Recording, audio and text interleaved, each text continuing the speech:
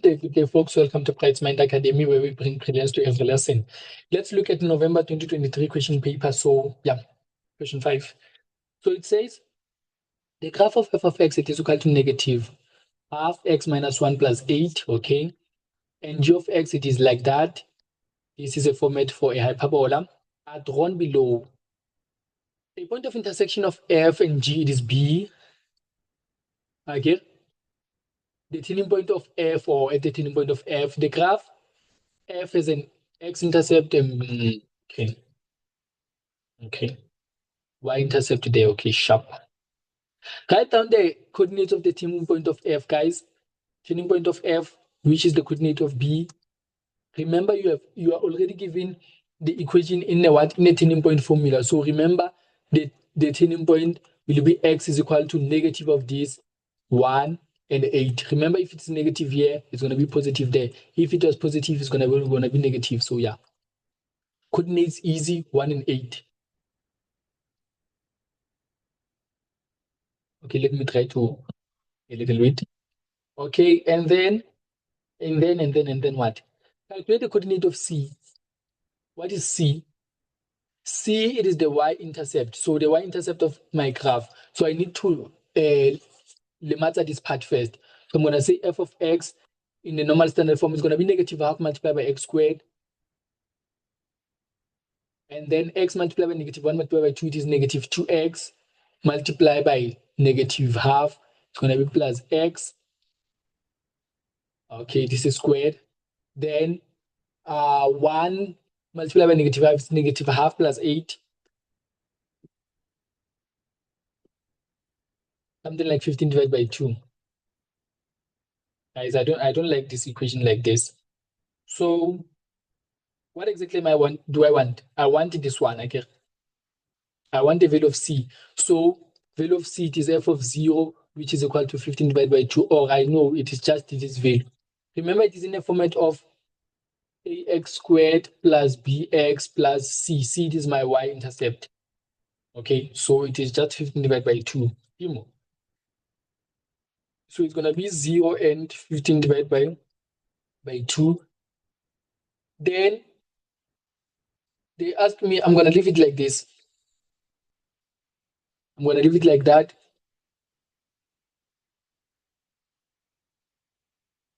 They ask me what? Where is it? They ask me, calculate the value of D. The value of D, how can I find the value of D? Remember, I have a point here with the coordinates of 1 and 8. So how can I find the value of D? Remember, this point, it is also a point on what? It is also a point on the graph of G. So I can say y it is equal to 8, dx it is 1, and then therefore D it is equal to 8, guys. D it is equal to 8. Just is like that. Guys, some things are very beautiful. Write down the range of G. The range of G. G is the graph of what? Of my hyperbola. So it starts at the lowest. The lowest that it starts at, it is negative infinity. It goes up, but it cannot touch this boundary. It cannot touch x is equal, y is equal, x is equal to 0. Y is equal to 0. It cannot touch this line, and then it crosses over and then continues to infinity. So it starts at negative infinity and then jumps and then continues to infinity. So how do I write the range? The range is going to be y is an element of real numbers, but y did not touch when y was equal to what? When y it is equal to 0 here, it did not touch. So y is not equal to 0. Or someone might write it like this: y is an element from negative infinity to infinity, right? But y should not equal to 0, so it's still fine.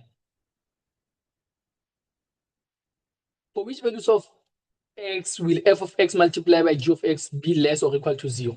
I like these questions. They are very easy. F of x multiplied by g of x is less or equal to 0. What does it mean? It means I want where f is positive and this one is negative. Remember, less than 0 means the outcome is negative. Or I want where this one is negative and this one is positive, the outcome is negative. So let's start with the first one.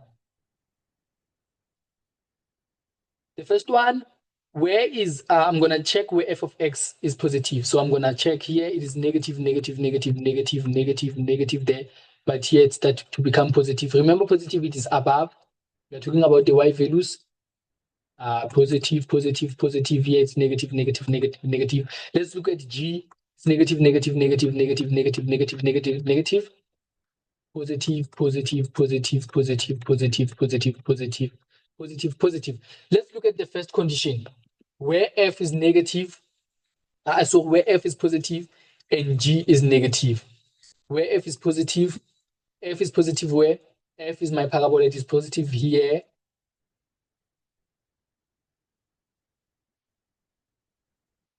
And where g is negative here. Also negative. Where is g, guys? Oh, g is negative there. Where are they negative at the same time? Where are they positive and negative at the same time? Can you see here? Positive and negative at the same time. And then also in this boundary here. Okay. So between 3 and 0, can you see G, it is negative, but B, aha. Let me do this. Sorry, guys. G is negative, but on this portion, F, it is positive. So I want that. Okay. I want that.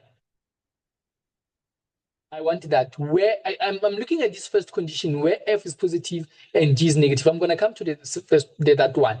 So the first condition is that my x should be between what? X should be an element between -3 and 0. But the 0 I do not include. Despite the examiner saying equal, less or equal. Remember, I know when there is equal, I always use this. But now, on this one, I cannot use equal on 0. Why? Because the graph of G, if you're to check the graph of G, that will never touch that one. Why? Because it is an asymptote. So the graph of G will never touch O because it is an asymptote. Okay? So it has an asymptote that x is equal to 0 and y is equal to 0. So it will never touch that. So at -3, it does touch, yes, fine. But at 0, it does not, but f it does, but we should compensate for that the one that does not. Okay, so yes, this is the first condition for this one. The first answer for that one, x is an element from -3 to 0, or someone might write it like this: x is between 0 and -3, but -3 is included. Let's look at the second condition, this one, when f is negative and then G, when f is negative and then G is positive. Where is that? Where is that on our graph? Okay. Where f is negative, where is f negative? F is negative here. Also negative here. Where is G negative? G is negative. So I'm looking at this condition, guys. Where G is positive, G is positive here. So I want where they occur at the same time. Where do they occur at the same time? Can you see if I were to do this? They occur at the same time here at these two boundaries. Which two boundaries? 5 and positive infinity. So another condition is that, or another answer is that x should be an element from what? 5 to what? To infinity. Infinity never has an included. It does not. Or someone might say x is greater or equal to 5. So guys, or x from what? 5 to infinity. So these are the two answers, guys, that you can possibly have. This is the same thing. This is the same thing. Okay, guys. I hope that's clear. Guys. These are fairly easy questions. Fairly, fairly beautiful questions that students struggle with, and I don't know. But yeah, they are fairly, fairly easy questions. If you can do more practice on those and with the analogy or the step that I'm doing, you'll be fine. And then they say calculate the values of k such that h of x, okay, will not intersect the graph of g. So h of x will not intersect the graph of g. So let's say we have h of x here.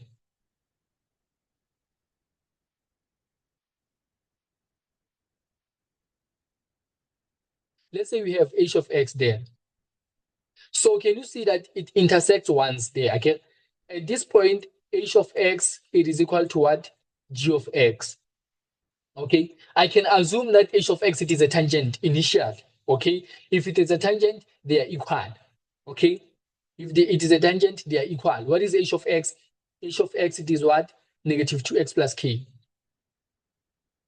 Negative 2x plus k. What is g of x? G of x, it is 8 divided by x. So I can say, okay, this one will be, when I multiply to the other side, it's going to be negative 2x squared plus kx is equal to 8. And then I take 8 to the other side, is minus 8 is equal to 0. But now, I want, okay, this is when they are equal. It is a tangent. But I want them not to intersect at all. I want them not to intersect.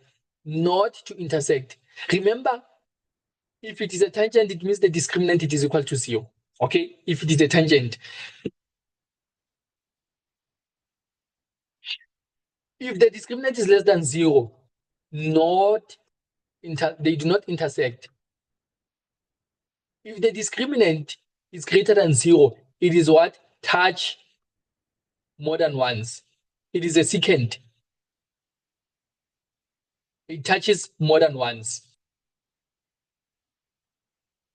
Remember, a tangent, it touches only once. So now we want them not to intersect. So it means our discriminant should be less than 0. What is our discriminant? This is our discriminant, guys. This is our discriminant. Our discriminant, it is equal to negative 2x squared plus kx minus 8. But what do we want about our discriminant? We want our discriminant to be less than 0. Less than 0, it will now make our graph not to intersect at all. Okay, so now I will say, okay, remember what is my discriminant? It is b squared minus 4ac. Okay, the b squared minus 4ac. So if I say b squared minus 4ac is going to be, where is it? Sorry guys, it's kx here. b squared is going to be k. Remember, it's going to be squared minus 4ac, guys. Remember, discriminant is the same as b squared, okay? So what is b? B, remember, it is a, b, and then constant is c. So what is b squared? B squared is going to be k squared minus 4. A, it is negative 2. C, it is negative 8. I need it to be less than 0. And then I will have something like k squared plus minus negative 4 multiplied by negative 2 multiplied by negative 8 is going to be negative 64. Is less than 0. So remember, the critical values is going to be negative 8 and 8. How do I know them?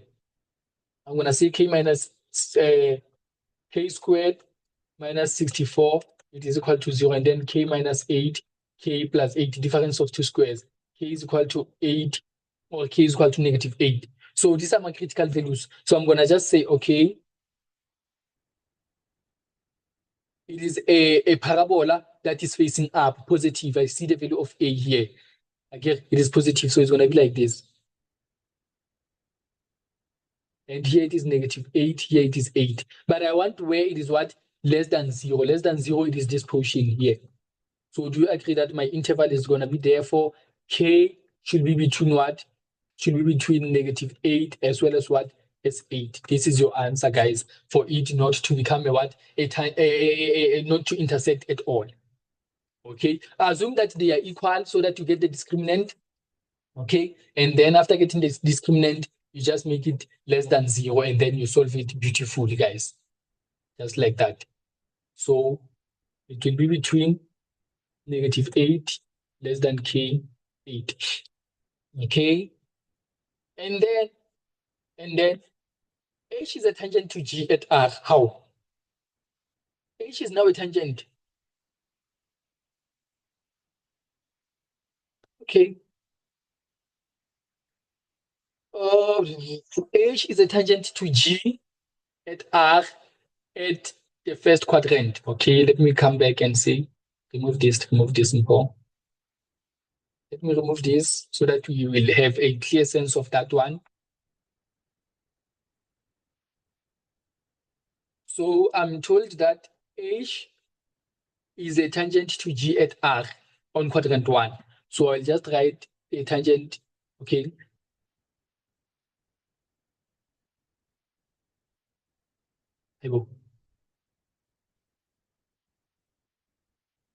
Why does it not want to form a straight line? I want to create a straight line, guys. Okay. Sure. Sure, sure. Okay. Let's say this is the graph of H. Ne? They're telling us it is a tangent to G at R, a point on the first quadrant that we do not know. So on the first quadrant at R, okay? And then they say, calculate T such that Y is equal to f of x plus T intersect G at R, such that f of x plus T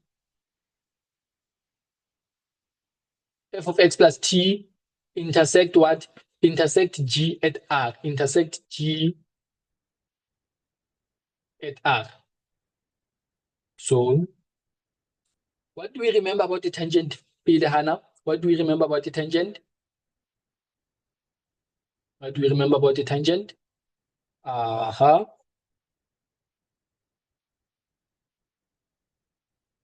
What is the equation of h of x, Bill?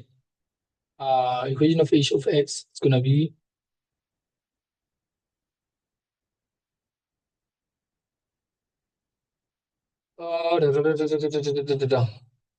okay, it's either okay. So this one, okay. These they do not intersect, right? It does not intersect. But when k is equal to 8, it's gonna intersect. Okay, it's gonna intersect here in this positive quadrant, and then k is negative 8 is gonna be that one. So h of x is gonna be negative 2x plus 8 on the first quadrant. Okay, on the first quadrant is gonna be that. And then let me see.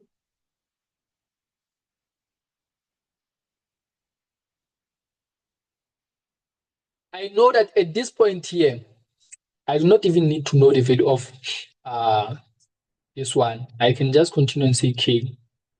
I know what I always say is that at this point, the gradient of what? At this point, the gradient of, no, this is not the gradient. The gradient of G, it is equal to the gradient of what? Of H. Okay, so what is the gradient of G? What is the gradient of G? The gradient of G, it is equal to the gradient of H.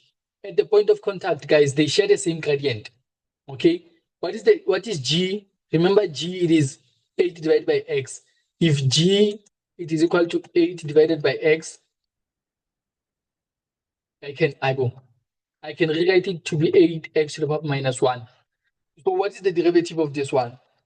It's going to be negative 8x minus 2, right? So it's going to be negative 8x minus 2. It is equal to, what is the derivative of h? The derivative of h, I know the derivative of h, or the gradient of h, is just negative 2. Okay? If I have negative 2x plus k, which is a constant, when I derive this, I'll just get negative 2. Okay? So let me get the value of x where they are both in contact. I'll divide by negative 8, I'll have 1 over x. Okay, let me not confuse people. X is going to be equal to, divide by negative 8 is going to be 1 divided by 4. And then I'll just switch this one, negative 2, x to the power of negative 2 to 1 divided by x squared. So it means x squared should equal to 4 because 1 is equal to 1 at the top. Therefore, this means x should be what? Plus or minus 2. But I'm told that it is on the what? On the first quadrant. So Therefore, x it is equal to 2. But now what does the question ask me? The question says to me, uh,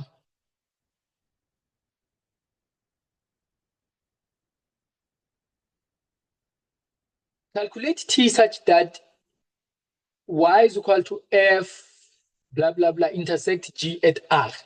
So it will intersect g at r, that graph f of x blah blah blah intersect g at r.